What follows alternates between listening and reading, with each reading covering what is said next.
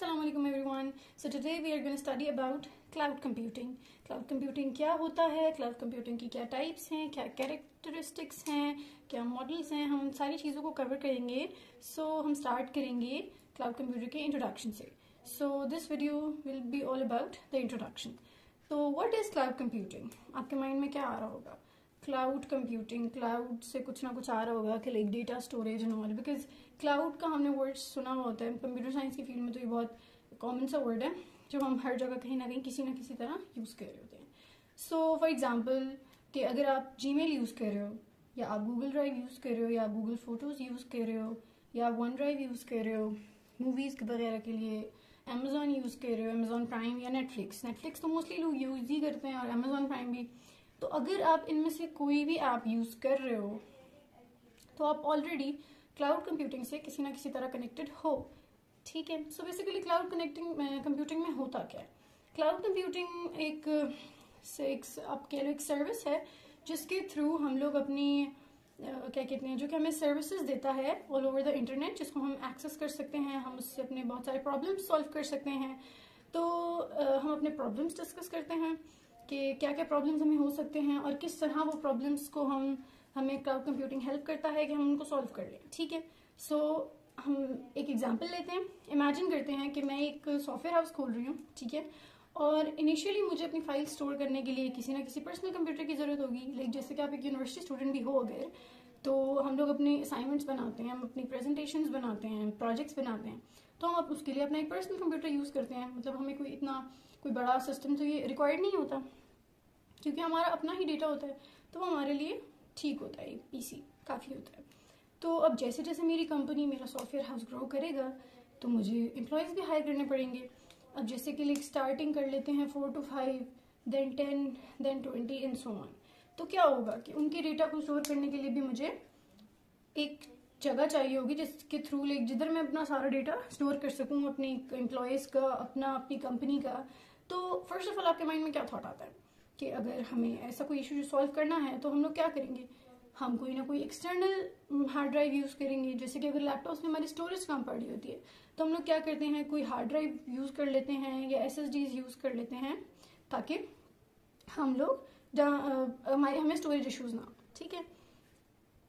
अगर हम लोग, अब हमारा इशू यहाँ क्या आ रहा है, सिस्टम्स तो हमने खरीद लिए. अगर जैसे जैसे एम्प्लॉयज़ बढ़ेंगे हमें उतनी ही सिस्टम्स रिक्वायर होंगे, उतनी ही हर चीज़ रिक्वायर्ड होगी. तो अब इधर प्रॉब्लम क्या आ रहा है? इधर हमारे पास प्रॉब्लम ये आ रहा है कि हम लोग जब लाइक इतना कुछ खरीदेंगे तो हमें बहुत ज़्यादा एक्सपेंस लगेगा, उसमें हमें बहुत ज़्यादा कॉस्टली हो जाएंगी ये सारी चीज़ें.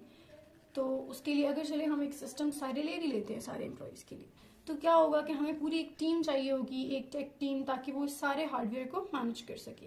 अगर कोई भी प्रॉब्लम होता है तो हमें उसको फिगर आउट करने के लिए अलग अलग स्ट्रैटेजीज लगानी पड़ेंगी, और फिर हम लोगों को बहुत सारे मेंटेनेंस टूल्स भी चाहिए होंगे, और इन सब में बहुत कॉस्ट लगेगी. तो ऐसा होता है कि अब लाइक हम लोग अपनी उस बजट, अपनी उस चीज़ को लाइक मतलब इतना कॉस्टली हो जाएगा ऑलरेडी, तो उसका बिल भी आएगा. अगर आप एक पीसी यूज़ कर रहे हो तो इलेक्ट्रिसिटी रिक्वायर होगी, इलेक्ट्रिसिटी यूज़ करोगे तो बिल भी आएगा. तो आप क्या करोगे, कम से कम सिस्टम्स को यूज़ करोगे. जब आप लाइक इस तरह करोगे तो क्या होगा, आपके लिए बहुत इश्यूज क्रिएट होंगे. उस सिनारियो में हमारे पास क्या होता है कि हम सोचते हैं कि कोई ऐसी सर्विस होती जिसमें हम अपना डेटा स्टोर कर लेते, हर चीज़ को लोकली मैनेज कर लेते, और वो हमारे लिए सारे काम कर देता. तो जब ये सारे थॉट्स हमारे माइंड में आते हैं, उस टाइम पे हम लोग क्या करते हैं, हम क्लाउड कंप्यूटिंग हमारी हेल्प करता है. सो क्लाउड कंप्यूटिंग क्या होता है? ये एक सर्विस है बेसिकली, जो कि हमें अलाउ करती है कि हम लोग अपना डेटा को स्टोर कर सकें, उसको प्रोसेस कर सकें रिमोट सर्वर्स के थ्रू, कि हमें किसी भी लोकल सर्वर पे या लोकल सिस्टम पे रिलाय ना करना पड़े. मेरे पास ये मॉडल है. तो अब इसमें क्या सीन होगा कि हमें, अगर हमारे पास क्लाउड कंप्यूटिंग की सर्विस है, तो जैसे कि हमारे इश्यूज आ रहे थे हमारे पास मेंटेनेंस के, सिक्योरिटी के, फिर हमें एक टेक टीम भी हायर करनी पड़ रही थी. तो अब इसमें क्या होगा, अगर हमारे पास एक क्लाउड कंप्यूटिंग सर्विस जो एक रिमोट सर्विस है, वो हमें ये सारी चीज़ें प्रोवाइड करता है. ये हमें सारी रिसोर्सेज, हमें सारे प्रॉब्लम्स हमारे सॉल्व कर देता है. ठीक है. अब आपको सिर्फ क्या करना होता है, आपको सिर्फ एक स्पेसिफिक अमाउंट की फ़ी पे करनी होती है. लाइक जितने टाइम के लिए आप उसको यूज़ करोगे उतने टाइम के लिए आपको उसकी फ़ी देनी पड़ेगी. तो हमारे पास क्लाउड कंप्यूटिंग में सिर्फ एक रिक्वायरमेंट होती है, तो वो एक रिक्वायरमेंट ये होती है कि आपके पास एक अच्छे क्वालिटी का इंटरनेट होना चाहिए, हाई स्पीड इंटरनेट होना चाहिए, ताकि आप उन सारी रिसोर्सेज को एक्सेस कर सको। क्योंकि आपका जो पे, आप जिस उस पर कह रहे होते हो ना, वो डिपेंड कर रहा होता है आपकी टाइमिंग्स पे। जितने टाइम के लिए आप यूज़ करोगे उतने टाइम के लिए आपको पे करना पड़ेगा। अगर अच्छा इंटरनेट होगा, गुड हाई स्पीड इंटरनेट होगा, तो उससे क्या होगा, आप अपना काम टाइमली कर सकोगे। अब हम देख लेते हैं कि कौन कौन सी कंपनीज हमें क्लाउड कंप्यूटिंग सर्विसेज प्रोवाइड कर रही हैं। इसमें हमारे पास आ जाते हैं माइक्रोसॉफ्ट एज्योर, इसमें हमारे पास आ जाती है Amazon web service, Google cloud. ठीक है, तो बहुत सारे बिजनेसेस हैं जिन्होंने इन्वेस्ट किया क्लाउड कंप्यूटिंग में, जैसे कि IBM cloud, Alibaba cloud, Apple iCloud, जो कि वाइडली यूज हो रहे हैं क्लाउड कंप्यूटिंग्स में। ठीक है, तो अब हम इनके बेनिफिट्स देख लेते हैं क्लाउड कंप्यूटिंग के। क्लाउड कंप्यूटिंग के बेनिफिट्स क्या होते हैं, लाइक ये ऑन डिमांड सर्विस प्रोवाइड करता है। जैसे कि मुझे अब एक सॉफ्टवेयर बनाना है, तो अब मुझे जो जो रिक्वायरमेंट्स हैं, मैं क्लाउड कंप्यूटिंग को वो रिक्वायरमेंट्स दूंगी और वो मुझे वही चीज़ प्रोवाइड करेगा जो कि मेरी रिक्वायरमेंट है। जैसा मैं उसको बताऊंगी, जब बताऊंगी और जब चाहूंगी, क्लाउड कंप्यूटिंग से मैं वो एक्सेस कर सकती हूँ। अच्छा, ओके, सो हमारा सेकंड पॉइंट आ जाता है इसमें पे एज यू गो मॉडल। इसमें ये सीन होता है कि आप उस चीज़ के लिए उतना ही पे करते हो जितना आप उसको यूज़ करते हो। आप उसको अगर मिनट्स में यूज़ करते हो तो आपको उसको सिर्फ मिनट्स के लिए पे करना पड़ेगा। अगर आप उसको ज़्यादा टाइम के लिए यूज़ करते हो तो आपको ज़्यादा टाइम के लिए पे करना पड़ेगा। इसमें फिर हमारे पास आ जाती हैं नो मेंटेनेंस हैसल्स। ठीक है, अब इसमें क्या होता है कि जो क्लाउड कंप्यूटिंग है ना, वो हमें सिक्योरिटी भी प्रोवाइड करती है, हमें मेंटेनेंस भी प्रोवाइड करती है, हमारे टेक्निकल इश्यूज भी प्रोवाइड करती है और हमारा वर्कलोड भी कम हो जाता है। क्योंकि हमारी हर चीज़ जो क्लाउड कंप्यूटिंग मैनेज करी होती है, तो हमें प्रॉब्लम्स थोड़े कम होते हैं, क्योंकि ज़्यादातर जो प्रॉब्लम्स हैं, लेकिन मोस्टली प्रॉब्लम्स हमारे जो हैं वो क्लाउड कंप्यूटर सॉल्व कर देता है। जैसे कि हमारे पास रियल लाइफ एग्जाम्पल्स आ जाती हैं क्लाउड कंप्यूटिंग में। फॉर एग्जाम्पल, आपको पता ही होगा गूगल फोटोज में हमारी पिक्चर्स डिलीट नहीं होती, लाइक स्नैपचैट वगैरह भी होता है, लेकिन अभी हम लोग थोड़ा वो करके बात कर रहे हैं गूगल फोटोज की। ठीक है, जो कि क्लाउड कंप्यूटिंग के हमारे पास एप्स वगैरह हैं। ठीक है, तो गूगल फोटोज में हमारे पास क्या होता है कि लाइक शुरू में क्या होता था कि हमारे फोन, लाइक थोड़े टाइम पहले लोगों के पास फोन्स होते थे जिसमें हमारे पास स्टोरेज नहीं हुआ करती थी। जैसे कि सैमसंग में, लाइक मुझे जहाँ तक याद है, मेरे पास एक सैमसंग का वर्जन था, आई डोंट नो कौन सा, तो उसमें ये इशू था कि मैं ना ज़्यादा एप्लीकेशन इंस्टॉल नहीं कर सकती थी या ज़्यादा पिक्चर्स अपने फ़ोन में नहीं रख सकती थी, तो मुझे उसकी स्टोरेज क्लियर करनी पड़ती थी, कुछ ना कुछ डिलीट करना पड़ता था कुछ नया डाउनलोड करने के लिए। लेकिन आजकल क्या होता है, आजकल हम लोग गूगल फोटोज़ के थ्रू हम लोग अपनी फ़ोटोज़ को स्टोर कर सकते हैं क्लाउड में, उनको डिलीट कर सकते हैं। लेकिन अगर आपका फ़ोन मिसप्लेस हो गया है तो आपको टेंशन लेने की कोई ज़रूरत नहीं है। आप जाओगे, लाइक अपना कभी भी आपको फ़ोन नया लेते हो या कुछ भी करते हो, तो आप गूगल फोटोज़ के थ्रू, अपने ईमेल के थ्रू अपनी पिक्चर्स को एक्सेस कर सकते हो। Cloud service models. ठीक है, सो क्लाउड सर्विस मॉडल्स क्या होता है? क्लाउड सर्विस मॉडल्स वो मॉडल्स हैं जो हमें क्लाउड सर्विस प्रोवाइड करते हैं। इसमें बेसिकली हमारे पास 3 मॉडल्स हैं, IaaS, SaaS एंड PaaS। ठीक है, IaaS कौन सा है? Infrastructure as a service. ठीक है, अब इंफ्रास्ट्रक्चर से आपको क्लियर हो गया होगा कि एक इंफ्रास्ट्रक्चर, एक मॉडल। तो हम एक एग्जांपल ले लेते हैं, लाइक फॉर एग्जांपल कि मैं एक ओनर हूँ एक फ्लैट की, मेरे पास एक फ्लैट है। ठीक है, तो अब मैं कहीं और शिफ्ट होना चाह रही हूँ, मैं कहीं और जाना चाह रही हूँ, तो उसके लिए मुझे क्या करना पड़ेगा? मैं चाह रही हूँ कि मैं अपना फ्लैट जो है वो रेंट कर दूँ। तो यहाँ पे जो मैं हूँ वो क्या हूँ? क्लाउड प्रोवाइडर, कि मैं प्रोवाइड करूँगी। ठीक है, और जो मेरा क्लाइंट होगा वो कौन होगा? जो कि पर्सन होगा जिसको मैं रेंट करूँगी। ठीक है, जो भी आके घर में रहेगा। तो अब क्या होगा, जैसे जैसे बंदा उस घर में रहेगा, जितने टाइम के लिए रहेगा, तो उसको उतना पे करना पड़ेगा। वो 1 मंथ रहेगा, उसको 1 मंथ का रेंट पे करना पड़ेगा। वो 2 मंथ्स रहेगा, 2 मंथ्स का रेंट पे करना पड़ेगा। तो बेसिकली यहाँ पे इंफ्रास्ट्रक्चर क्या है? हमारा फ्लैट है। अब हमारे पास IaaS में ये होता है, इंफ्रास्ट्रक्चर एज अ सर्विस में ये होता है कि जो क्लाउड प्रोवाइडर होता है ना, वो एक पर्सन को दे देता है एक इंफ्रास्ट्रक्चर। मतलब हमें अगर IaaS यूज कर रहे हैं ना, तो वो क्या करेगा? क्लाउड सर्विस मॉडल जो IaaS है वो हमें एक इंफ्रास्ट्रक्चर दे देगा। अब बंदा उसको किसी भी नीड के लिए यूज कर सकता है। लेकिन अगर टेक्निकल टर्म्स में देखा जाए तो हम ऑपरेटिंग सिस्टम कंट्रोल कर सकते हैं, लाइक हमने कौन सा ऑपरेटिंग सिस्टम यूज करना है, हमने विंडोज यूज करना है, हमने लिनक्स यूज, तो वो भी हम लोग, मतलब लाइक जो कि हमारा क्लाइंट होगा वो खुद डिसाइड करेगा कि उसने, फॉर एग्जांपल अगर हम घर वाली एग्जांपल ले लेते हैं, तो हमारा क्लाइंट डिसाइड करेगा कि उसने कौन सा टीवी लेना है, उसने कौन से चीज़ें अपने घर में सेट करनी है, उसने कौन सा वर्जन का टीवी लेना है, कहाँ टीवी को मैनेज करना है, कहाँ सोफाज एडजस्ट करने हैं। तो ये जो सारा इंफ्रास्ट्रक्चर के अंदर जो काम हो रहा होगा, ये हमारे हमारा जो होगा क्लाइंट उस पर डिपेंड करेगा। लाइक कि हमारे पास इंफ्रास्ट्रक्चर एज अ सर्विस में ये होता है कि हमें सिर्फ एक फ्लैट, एक मॉडल, एक इंफ्रास्ट्रक्चर दे दिया जाता है और उसमें हमने अपने अकॉर्डिंग चेंजेस करनी होती हैं, हमने उसको मोल्ड करना होता है जैसे हम उसकी रिक्वायरमेंट होती है। ठीक है, अब उसके बाद हमारे पास आ जाता है वर्चुअल मशीन एंड स्टोरेज। अब इसमें क्या होता है कि हमें डेटा को मैनेज करने के लिए हम लोग जो डेटा को मैनेज करते हैं वो वर्चुअल मशीन्स के थ्रू करते हैं, और जो इसका अंडरलाइन फिजिकल मशीन्स होती हैं, उनकी जो मेंटेनेंस होती है, उनकी जो सिक्योरिटी होती है, हमें उसको बिल्कुल भी सोचने की ज़रूरत नहीं होती, क्योंकि वो सारी चीज़ें कौन मैनेज कर रहा होता है? आयास मैनेज कर रहा होता है। ठीक है, आयास हम लोगों को IP एड्रेसेस भी देता है, क्लाइंट को IP एड्रेसेस भी देता है। इसमें हमारे पास इनहैंस सिक्योरिटी और फ्लेक्सिबिलिटी होती है, जो कि हमारे पास टॉप TRP फीचर्स हैं क्लाउड कंप्यूटिंग के। अच्छा जी, तो अब हमारे पास हम इसकी एक प्रैक्टिकल एग्जांपल देख लेते हैं। जैसे कि अगर आप AWS एक सर्विस, क्लाउड सर्विस मॉडल है, अगर आप आपके पास ID है इसकी, या आप इसको लॉग इन करते हो, तो आपके पास एक कंप्यूट सेक्शन आ जाएगा। कंप्यूट सेक्शन में जाओगे, अगर आप EC2 पे क्लिक कर रहे हो तो इट मीन्स कि आप आयास के साथ डील कर रहे हो। ठीक है, जिसमें आप उसके बाद लॉन्च करते हो इंस्टेंसेस, फिर उसके बाद कोई ऑपरेटिंग सिस्टम यू सिलेक्ट करते हो, तो that is up to you. तो हमें इंफ्रास्ट्रक्चर एज अ सर्विस में हमें थोड़ी फ्रीडम होता है कि हम लोग ऑपरेटिंग सिस्टम सिलेक्ट कर सकें, हम लोग ये चीज़ें अपने अकॉर्डिंग सिलेक्ट कर सकें, और ये बेसिकली यूज किया जाता है बाय सिस्टम एडमिनिस्ट्रेटर। उसके बाद हमारे पास आ जाता है प्लेटफॉर्म एज अ सर्विस।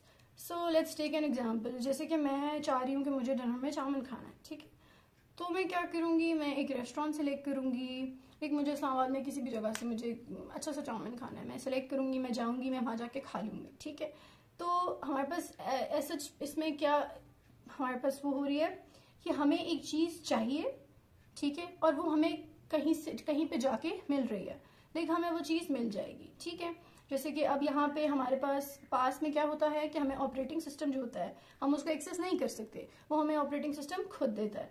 हम इसमें यूजर इंटरफेस को एक्सेस कर सकते हैं, हम लोग यहाँ पे सिर्फ यूजर इंटरफेस को एक्सेस कर सकते हैं, एप्लीकेशन एक्सेस को एक्सेस कर सकते हैं, और डेटा रिलेटेड एक्सेस को एक्सेस कर सकते हैं।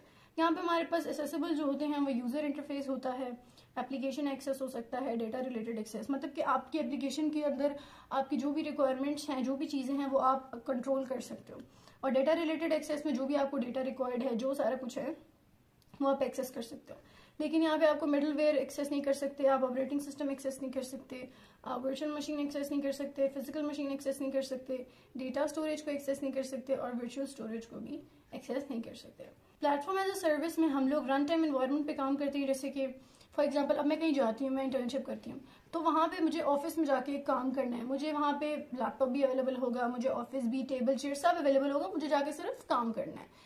मैं अगर एज अ डेवलपर गई हूँ तो मुझे सिर्फ कोडिंग करनी है basic. Platform as a service में वो आपको ये चीज़ें प्रोवाइड कर देता है, आपको एक प्लेटफॉर्म दे देता है कि आपको सिर्फ जाके उधर काम करना है, एक रन टाइम एनवायरनमेंट दे देता है कि भाई अगर आप को जो जो काम करना है आप कर सकते हो अपनी नीड के अकॉर्डिंग, आपको एक रन टाइम एनवायरनमेंट दे दिया जाता है, लेकिन आप ऑपरेटिंग सिस्टम को एक्सेस नहीं कर सकते, वर्चुअल मशीन को नहीं कर सकते, फिजिकल मशीन को नहीं कर सकते, एंड सो ऑन। ठीक है, तो अब इसमें हमारे पास क्या सीन होता है कि अगर आपको पता है कि एक चीज़ आपको मिल रही है, प्रॉपरली मिल रही है, कि मैं एक काम कर रही हूँ, मतलब जैसे कि मैं जाके रेस्टोरेंट में खा सकती हूँ, तो मैं क्यों उसको जाके इतना एक्सपेंसिवली, जैसे कि अब मैंने सॉफ्टवेयर हाउस की एग्जांपल ली थी, जब मुझे एक चीज़ मिल रही है प्रॉपरली, तो मैं क्यों इतने पीसीज लूँ, इतना हार्डवेयर लूँ? तो कोई ज़रूरत नहीं है। उसके लिए हम लोग क्या services, cloud computing services use करते हैं। क्लाउड कंप्यूटिंग सर्विसेज क्या होते हैं, वो हम उस पर काम कर सकते हैं as long as we want. ठीक है, और हमें उसको पे करना होता है, तो हमें ज़रूरत ही नहीं है मनी वेस्ट करने की अपनी, कि भाई यहाँ भी कर लो, ये भी कर लो, एक ही चीज़ लेने की ज़रूरत नहीं है, बिकॉज हमें जब एक सर्विस अवेलेबल है तो हमें उसका यूज़ करना चाहिए। सो इसमें एक और मॉडल आ जाता है सॉफ्टवेयर एज अ सर्विस। अब सॉफ्टवेयर एज अ सर्विस में क्या होता है, सॉफ्टवेयर एज अ सर्विस में हमें एक पूरा सॉफ्टवेयर दे दिया जाता है, इसमें तो हमारा कोई काम होता ही नहीं है। ठीक है, यहाँ पे हमारे पास एंड यूजर या क्लाइंट, जैसे कि आप जैसे और मेरे जैसे लोग, जिनको मतलब इस बारे में इतना नॉलेज नहीं होता, ताल्लुक वास्ता नहीं होता, ठीक है। इधर जो हमारे पास रिसोर्सेज होते हैं, हमारे पास जो सर्वर्स होते हैं, वो मैनेज किए जाते हैं बाय वेंडर्स, ठीक है। जो भी आपके बैक एंड पे हो रहा है वो वेंडर्स मैनेज करेंगे। अब आपका ये सीन होता है कि वही वाली बात कि आपको उतना ही पे करना पड़ेगा जितना जितना टाइम के लिए आप यूज़ करोगे, जितने टाइम के लिए आपको रिक्वायर्ड है, ठीक है, जितनी आपकी रिक्वायरमेंट है उसके अकॉर्डिंग। लेकिन इसकी रिक्वायरमेंट क्या होती है, इन सब मॉडल्स की एक ही रिक्वायरमेंट है, और वो ये है कि आपको हाई स्पीड इंटरनेट की ज़रूरत होती है, वो होना ज़रूरी है। अदरवाइज़ आपको कोई पर्सनल कंप्यूटर्स पे आपको इंस्टॉल कुछ भी करने की ज़रूरत नहीं है। लाइक जैसे कि आपको या मुझे लाइक फाइनल ईयर प्रोजेक्ट्स बनाने पड़ते हैं या सेमेस्टर प्रोजेक्ट्स बनाने पड़ते हैं, तो उसमें ये होता है कि हमें एक एक एप्लीकेशन, और वो कभी पीसी में जगह भी नहीं होती, तो हमें बहुत इशूज़ होते हैं। तो इसमें ये क्लाउड कंप्यूटिंग के थ्रू हमारा इशू सॉल्व हो जाता है कि हमें कोई ज़रूरत नहीं होती कुछ भी इंस्टॉल करने के लिए। और इसमें प्लेटफॉर्म डिपेंडेंसी ये होती है कि हम लोग किसी भी चीज़ को लेके बाउंड नहीं होते हैं, हमारा कोई कंसर्न नहीं होता कि कौन सा ऑपरेटिंग सिस्टम यूज़ हो रहा है, क्या हो रहा है, कैसे हो रहा है, बैक एंड पे क्या फंक्शनैलिटी हुई है। हमें बस एक चीज़ से गर्ज है कि हाई स्पीड इंटरनेट होना चाहिए। अब इसकी रियल लाइफ एग्जांपल देख लेते हैं। जैसे कि मैं फूड ऑर्डर करती हूँ ऑनलाइन फूड पैंडा से, तो अब होता क्या है कि अब हम जब खाना ऑर्डर कर रहे होते हैं, हम खाना सेलेक्ट करते हैं और हम ऑर्डर प्लेस कर देते हैं। क्या होता है, थोड़ी देर बाद एक डिलीवरी बॉय आता है, आपको खाना देता है और आपसे पैसे ले लेता है। आप उसको पे करते हो, पे किस लिए करते हो, खाने के लिए पे करते हो। So same as the case is here कि सॉफ्टवेयर एज अ सर्विस में हमें प्रॉपर खाना मिल जाता है, आपको सिर्फ उसके लिए पे करना पड़ता है। आपको नहीं पता बैक एंड पे क्या हो रहा है, आपको नहीं पता बैक एंड पे कैसे काम हो रहा है, कैसे नहीं हो रहा, आपको कोई ताल्लुक वास्ता नहीं है उस चीज़ से, बट आपको बस एक काम मिल रहा है। आपको जो सॉफ्टवेयर चाहिए, खाने को आप एज अ सॉफ्टवेयर कंसिडर कर लो, तो आपको सॉफ्टवेयर मिल रहा है। Cloud computing deployment models. अब हमारे पास 3 किस्म के होते हैं, इसकी 3 टाइप्स होती हैं, public cloud, hybrid cloud and private cloud. अब पब्लिक और प्राइवेट को हम पहले देख लेते हैं, क्योंकि हाइब्रिड में तो इन दोनों की क्वालिटीज को, लाइक जो पब्लिक और प्राइवेट की जो क्वालिटीज है ना, हाइब्रिड में बस वो मैच हो जाती हैं। Like match in the sense कि वो कंबाइन हो जाती हैं, दोनों की क्वालिटीज एक जगह पे अगर आ गई है तो वो हाइब्रिड क्लाउड है। हाइब्रिड क्लाउड इन दोनों का कॉम्बिनेशन है। Public cloud, so public cloud में ये होता है कि वो सबके लिए अवेलेबल होता है, कोई भी उसको एक्सेस कर सकता है। प्राइवेट क्लाउड में ये होता है कि वो हर किसी को अवेलेबल नहीं होता। पब्लिक क्लाउड में होता है हमारे पास कि जो क्लाउड की रिसोर्सेज होती हैं, सर्वर्स होते हैं, जो मशीन होते हैं, वो सबको अवेलेबल होते हैं, उनको ग्लोबली डिप्लॉय किया जा रहा होता है। लेकिन प्राइवेट क्लाउड में क्या होता है कि आपको जो क्लाउड रिसोर्सेज होते हैं, जो सर्वर्स होते हैं, मशीन्स होती हैं, उनको बुक किया जाता है बाय पर्टिकुलर ऑर्गेनाइजेशन और उनको डिप्लॉय किया जाता है लोकली। लेकिन ऐसा नहीं होता कि जैसे कि अगर आप चाहते हो कोई भी इवेंट होता है तो आपको दो टाइप के पासेस होते हैं, एक वीआईपी पास होता है और एक नॉर्मल पास होता है। तो वीआईपी के हमेशा आपको ज़्यादा पैसे पे करने पड़ते हैं, तो वो थोड़ा कॉस्टली हो जाता है। तो यहाँ पे ये होता है कि इसमें थोड़ा कॉस्ट ज़्यादा लग जाता है और पब्लिक में कोई भी एक्सेस कर सकता है। अब आपको पता है कि अगर कोई चीज़ कोई भी एक्सेस कर सकता है तो वहाँ सिक्योरिटी रिस्क होते हैं, प्राइवेसी रिस्क होते हैं, तो इसी वजह से पब्लिक क्लाउड में ये रिस्क थोड़े ज़्यादा होते हैं। ये नहीं है कि बिल्कुल रिस्क ही होते हैं सारे, बट ज़्यादा रिस्क होते हैं। अच्छा, और प्राइवेट क्लाउड में हमारे पास सिक्योरिटी, प्राइवेसी रिस्क बहुत कम होते हैं यहाँ पे, क्योंकि वो कहते हैं ना, जो चीज़ जितने कम एक्सेसिबल है, जितने कम लोग उसे एक्सेस कर सकते हैं, क्योंकि उसके लिए एक पूरा प्रोसीजर होता है, हर कोई उसको एक्सेस नहीं कर सकता, तो इस तरह इसकी सिक्योरिटी और प्राइवेसी मेंटेन रहती है। उसके बाद हमारे पास आ जाता है कि कॉस्ट एफिशिएंट। ऑब्वियसली जब एक चीज़ को कोई भी एक्सेस कर सकता है तो कॉस्ट तो कम ही लग रही है। और प्राइवेट क्लाउड में क्या होता है कि वो थोड़ा कॉस्टली होता है, उसमें आपका कॉस्ट लगता है, बिकॉज हर कोई इसको एक्सेस नहीं कर पा रहा, उसकी एक कॉस्ट होती है। एक वीआईपी पास वाली एग्जांपल आप देख लो। ओके, सो ये होता है पब्लिक क्लाउड में कि हमारे पास कस्टमाइजेशन जो होती है वो लेस होती है डिप्लॉयमेंट के लिए। जो मैंने एप्लीकेशन बनाई है तो उसके डिप्लॉयमेंट के लिए मुझे कुछ चीज़ें चाहिए, कुछ रिसोर्सेज चाहिए, तो मैं उसको कस्टमाइज नहीं कर सकती, कुछ रिसोर्सेज मेरे पास मिसिंग हैं, कुछ ऐसे सीन हैं, तो पब्लिक क्लाउड में हमें ये इशूज़ होते हैं। और प्राइवेट क्लाउड में क्या होता है कि हमें कस्टमाइजेशन हमें बहुत अच्छे से हम डिप्लॉय कर सकते हैं, क्योंकि हमारे पास हर रिसोर्स अवेलेबल होती है, क्योंकि प्राइवेट है ऑब्वियसली, हम अपनी उसको कस्टमाइज कर सकते हैं बहुत properly. Now let's move towards the hybrid cloud. Hybrid cloud क्या होता है, मैंने पहले भी यही बताया था कि ये दोनों का कॉम्बिनेशन होता है, दोनों की जो बेनिफिट्स हैं, जो प्रोज हैं, वो हाइब्रिड में है। Like it is a combination of public and private cloud obviously. Cost efficient होता है, और ये क्रिटिकल और नॉन क्रिटिकल टास्क के लिए होता है। क्रिटिकल टास्क मीन्स के जैसे कि अगर आपका कोई डेटा है जो कि कॉन्फिडेंशियल है, उसको हर कोई एक्सेस नहीं कर सकता, तो हाइब्रिड में आप उसके लिए भी यूज़ कर सकते हो। और नॉन क्रिटिकल जो कोई लाइक उसका कोई प्रॉब्लम ही नहीं है, कोई मसला नहीं है भाई, तो आप उसके लिए भी यूज़ कर सकते हो। सो ये मेजर डिफरेंस है इन तीनों का, इन तीनों मॉडल्स का। तो यस, दैट्स इट। कैरेक्टरिस्टिक्स पे, what are the characteristics of cloud computing. तो सबसे पहले हमारे पास आ जाती है on demand self service. On demand self service में हमारे पास क्या होता है कि आपकी जो भी रिक्वायरमेंट है, आपकी जो भी नीड है, आपको जब भी नीड है, उसके अकॉर्डिंग अगर आपको जो सोर्सेज रेंट की जा रही हैं, जो सर्विसेज रेंट की जा रही हैं, वो आपकी ऑन डिमांड सेल्फ सर्विस में आती हैं। ठीक हो गया। ब्रॉड नेटवर्क एक्सेस में क्या होता है, resources, broad network, broad means बड़ा, ठीक है, नेटवर्क एसेस कर सकते हो आप, उसको एक्सेस कर सकते हो, कहीं पे भी एक्सेस कर सकते हो, किस तरह भी एक्सेस कर सकते हो। तो यहाँ पे बेसिकली क्या बात हो रही है क्लाउड कंप्यूटिंग में, ब्रॉड नेटवर्क एक्सेस में क्या होता है कि आप रिसोर्सेज को ऑल ओवर द इंटरनेट कहीं पे भी किसी भी डिवाइस से कनेक्ट कर सकते हो, चाहे आपके पास फोन्स हैं, लैपटॉप्स हैं, टैबलेट्स हैं, कंप्यूटर्स हैं, आप कहीं से भी फाइल्स ऐप या सर्विसेज यूज़ कर सकते हो, और आप लाइक इन रिसोर्सेज को शेयर कर सकते हो जिसके थ्रू आपके लिए आसान हो जाए। लाइक आप वही वाली बात हो गई ना कि आप इसको कहीं से भी एक्सेस कर सकते हो, किसी भी डिवाइस से। आपके पास लैपटॉप है, आपके पास फ़ोन है, आपके पास पीसी है, आप कोई भी डिवाइस यूज़ कर सकते हैं। इनमें जो रिसोर्स पूलिंग होता है, इसका ये मतलब होता है कि लाइक बहुत सारे users at a time resources को एक्सेस कर रहे हैं। लाइक एट अ टाइम बहुत सारे यूजर्स को हम रिसोर्सेज शेयर कर सकते हैं। जो क्लाउड कंप्यूटिंग है वो असाइन कर सकता है, रीअसाइन भी कर सकता है इन रिसोर्सेज को based on the user demand. ठीक है, एक यूजर को नहीं पता कि उनके डेटा, उनका एप्स कहाँ स्टोर हैं, बट वो इसको लाइक एक जनरल लोकेशन पे स्टोर करा सकते हैं, लाइक किसी भी कंट्री या डेटा सेंटर में।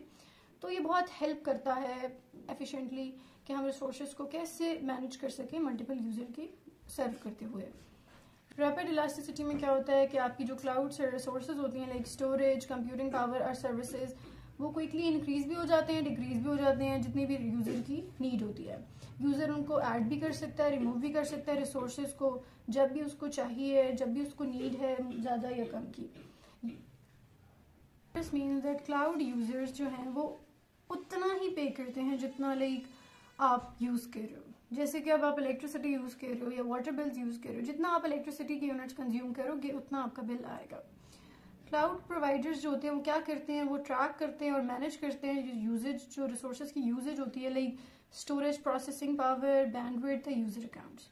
तो यूज़र को उतना ही चार्ज किया जाता है सर्विसेज के लिए जितना वो यूज़ कर रहे हैं, जितना पर मिनट यूज़ कर रहे हैं, पर आवर यूज़ कर रहे हैं। तो इस तरह क्या होता है कि यूज़र कंट्रोल कर रहा होता है कॉस्ट को और मॉनिटर कर रहा होता है यूजेज को भी, और इससे आपको बहुत एफिशिएंट रिसोर्स मैनेजमेंट प्रोवाइड कर रहा होता है। ये बहुत अफोर्डेबल है और फ्लेक्सिबल है for businesses and individuals, because so that's all.